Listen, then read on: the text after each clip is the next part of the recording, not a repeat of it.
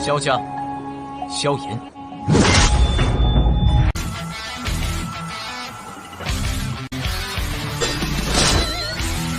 指缝中的光点燃了梦魇，站在天端俯瞰着星无边无边。 Selamat datang di channel hiburan netizen. Mari kita lanjutkan part berikutnya dari cerita novel Donghua Battle Through the Heavens. Ini hanyalah full spoiler. Tanpa banyak kata demi menghemat kuota, segera kita mulai isi ceritanya. Satu botol demi satu produk pil obat jadi, lainnya berulang kali dikirimkan ke tangan Xiao Li mengikuti peningkatan bertahap dalam waktu yang dihabiskan Xiao Yan dalam retret. Di atas perasaan gembira dengan sumber pil yang begitu kaya, Xiao Li juga berhenti menjual pil obat satu persatu. Setelah berkutat dalam wilayah sudut hitam selama 2 hingga 3 tahun, dia jelas menyadari bahwa metode sempurna untuk mendapatkan nilai terbesar pil obat-obatan adalah melelangnya. Saat ini, Feng City sudah sepenuhnya dikendalikan di tangan gerbang Xiao. Mengingat kekuatan mereka, itu sudah cukup untuk mengelola lelang terkemuka yang hanya berfokus pada penjualan pil obat. Oleh karena itu, Xiao Li akhirnya mengirimkan informasi tentang lelang yang diadakan melalui berbagai saluran setelah beberapa hari persiapan.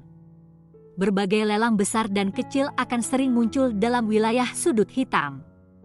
Namun, lelang yang hanya berfokus pada penjualan pil obat cukup langka.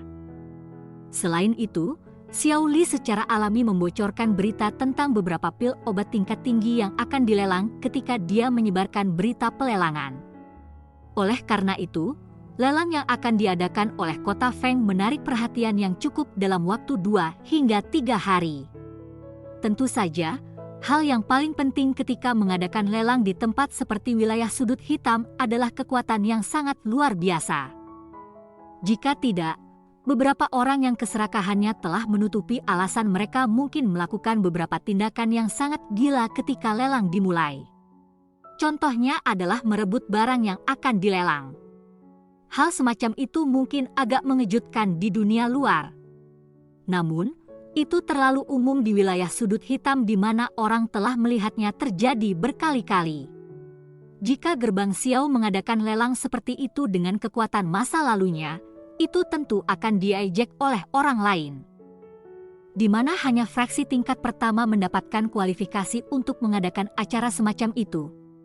Namun, ejekan seperti ini benar-benar hilang setelah sekte langit gelap dan 2 fraksi besar lainnya akhirnya mengumumkan secara terbuka bahwa penguasa kota Feng adalah gerbang Xiao setelah memimpin orang-orang mereka dan bergegas ke Feng City. Dari pernyataan mereka ini, banyak orang dapat mengatakan bahwa mereka telah dengan jelas bertemu dengan perlawanan yang sangat kuat selama upaya bersama mereka untuk menyerang ke kota Feng. Perlawanan itu adalah sesuatu yang bahkan sangat mereka takuti. Dengan hal-hal yang telah berkembang sampai titik ini, banyak fraksi besar dan kecil dalam wilayah sudut hitam memiliki sedikit pilihan tetapi untuk sekali lagi mulai mengambil fraksi baru ini, yang tiba-tiba muncul serius.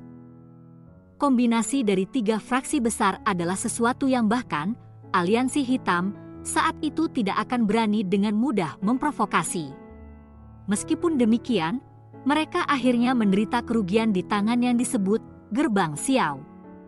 Ini menyebabkan imajinasi banyak orang menjadi liar. Orang-orang dalam wilayah sudut hitam sangat sadar tentang karakter seperti apa yang dilakukan oleh para pemimpin dari 3 fraksi besar. Itu tidak berlebihan untuk mengatakan bahwa taktik mereka kejam dan perilaku mereka eksentrik. Namun, sejak mereka kembali dari kota Feng, mereka tetap tidak bersuara. Mereka tidak merilis informasi sekecil apapun mengenai gerbang Xiao, dan ketika mereka mengirim orang untuk ditempatkan di kota Feng beberapa hari kemudian, mereka tidak memilih area yang dekat dengan rumah pribadi di tengah kota. Semua tindakan ini jelas menunjukkan bahwa 3 fraksi besar khawatir dan bahkan takut pada apa yang disebut gerbang Xiao. Pada saat ini, siapapun yang dengan naifnya berpikir bahwa yang disebut gerbang Xiao hanya memiliki kekuatan yang dekat dengan fraksi tingkat pertama yang hanya memiliki seorang elit doang mungkin benar-benar memiliki otak yang rusak. Oleh karena itu, setiap orang dengan patuh menutup mulut mereka ketika berita bahwa Gerbang Xiao mengadakan lelang pil obat yang tersebar di wilayah sudut hitam. Tidak ada yang berani mengekspresikan ejekan. Selain itu, tidak lama kemudian, fraksi lainnya merasa beruntung bahwa mereka tetap diam setelah 3 fraksi besar mengumumkan bahwa mereka akan mengirim pembantu untuk membantu menjaga ketertiban di kota Feng. Gerbang Xiao ini benar-benar tampak menyembunyikan kekuatan mengerikan yang menyebabkan 3 fraksi besar menjadi takut.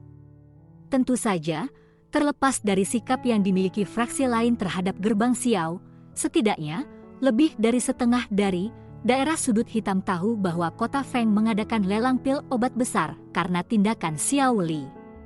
Semakin banyak orang mulai bergegas dari seluruh kawasan sudut hitam saat lelang mendekat. Hampir semua orang memiliki hubungan yang bagus untuk pil obat. Terlebih lagi, lelang pil obat-obatan semacam ini adalah sesuatu yang muncul di kawasan sudut hitam untuk pertama kalinya. Oleh karena itu, secara alami menarik cukup banyak orang. Kerumunan di kota Feng sudah mencapai angka yang menakutkan hanya 1 hari sebelum pelelangan. Bahkan melampaui periode puncak kembali ketika aliansi hitam masih ada. Karena ini, orang bisa melihat betapa suksesnya ide Xiao Li tentang lelang yang khusus dalam pil obat. Xiao Li secara alami menginformasikan Xiao Yan tentang masalah besar seperti mengadakan lelang. Xiao Yan juga dengan jelas memahami bahwa lelang semacam itu akan membutuhkan seorang ahli tingkat tertentu. Kalau tidak, masalah pasti akan muncul. Oleh karena itu, dia telah menghentikan pil membosankannya 1 hari sebelum dimulainya lelang dan diam-diam mendiskusikan masalah dengan Ratu Medusa untuk waktu yang lama. Baru saat itulah dia benar-benar yakin. Waktu berlalu dan lelang pil obat akhirnya dimulai di tengah harapan sejumlah orang yang tak terhitung jumlahnya. Pada hari pembukaannya, banyak tokoh berpakaian hitam yang memancarkan aroma berdarah yang kaya dari tubuh mereka berdiri di sekitar tempat lelang seperti patung, memberi semua orang perasaan tekanan dan ketakutan di dalam hati mereka. Xiao Yan melihat ke bawah pada aliran manusia seperti torrent dari tanah yang tinggi di mana dia bisa melihat keseluruhan tanah lelang yang luas di bawah dan mengangguk sedikit. Saudara ketiga, saya telah menghabiskan semua upaya saya dan akhirnya menemukan dan memesan semua bahan obat yang Anda butuhkan. Namun, itu membutuhkan cukup banyak uang untuk mendapatkan barang. Jika pelelangan berlangsung dengan lancar, kita tidak hanya dapat memperoleh semua bahan obat, tetapi Gerbang Xiao, kami juga akan mendapatkan sejumlah besar uang. Xiao Li di samping berbicara sambil tersenyum saat dia melihat di tanah yang lebih rendah dengan kepuasan. Iya, Xiao Yan menghela nafas lega setelah mendengar ini. Dia tersenyum dan mengangguk. Memang ada banyak orang yang mampu dalam wilayah sudut hitam, bahan-bahan obat yang dimintanya kebanyakan tidak ortodoks dan langka. Itu tidak terduga bahwa semua dari mereka benar-benar bisa dibeli. Namun, akan ada masalah juga hari ini. Xiao Li tiba-tiba merajut alisnya dan berbisik. Kesulitan apa? Xiao Yan mengangkat alisnya dan bertanya tanpa mengubah ekspresi atau nadanya. Aktivitas yang saya buat kali ini terlalu besar dan telah menarik banyak fraksi dari wilayah sudut hitam. Ada cukup banyak di antara fraksi-fraksi ini yang menjadi anggota aliansi hitam saat itu. Bahkan dikabarkan bahwa persaudaraan emas perak juga akan hadir. Xiao Li tak berdaya berkata, "Anda takut mereka akan membuat masalah?" Xiao Yan berbicara sambil tersenyum. Ya, orang-orang itu bukan orang biasa. Terutama Silver Gold bersaudara. Mereka mungkin takut pada Akademi Jianan, tetapi mereka sama sekali tidak takut pada kami. Xiao Li mengangguk saat dia menjawab. Bersantai. Hanya 2 orang tua yang tidak akan mati. Saudara kedua, Anda hanya perlu memastikan bahwa lelang akan berlanjut hingga akhir. Tinggalkan yang lain untuk saya. Ini baiklah. Xiao Li ragu sedikit ketika mendengar ini sebelum dia segera mengangguk. Dia memiliki keyakinan besar untuk Xiao Yan. Bahkan jenis wanita yang tak tertandingi seperti Ratu Medusa ditekan olehnya, apalagi orang-orang ini. Aula lelang yang jauh lebih luas di bawah ini secara bertahap diisi oleh sejumlah besar orang sementara mereka berdua sedang bercakap-cakap. Secara sekilas, masa hitam kepala manusia tampaknya tidak ada habisnya. Suara berisik dan kutukan itu bergabung bersama. Dari tampang momentumnya, sepertinya ingin menembus langit-langit. Beberapa dari mereka yang dikenal orang-orang penting dalam wilayah sudut hitam dan para pemimpin dari beberapa fraksi secara alami diatur untuk berada di depan pelelangan dengan pandangan yang sangat baik. Para pemimpin fraksi-fraksi ini kadang-kadang berbisik lembut dengan satu sama lain.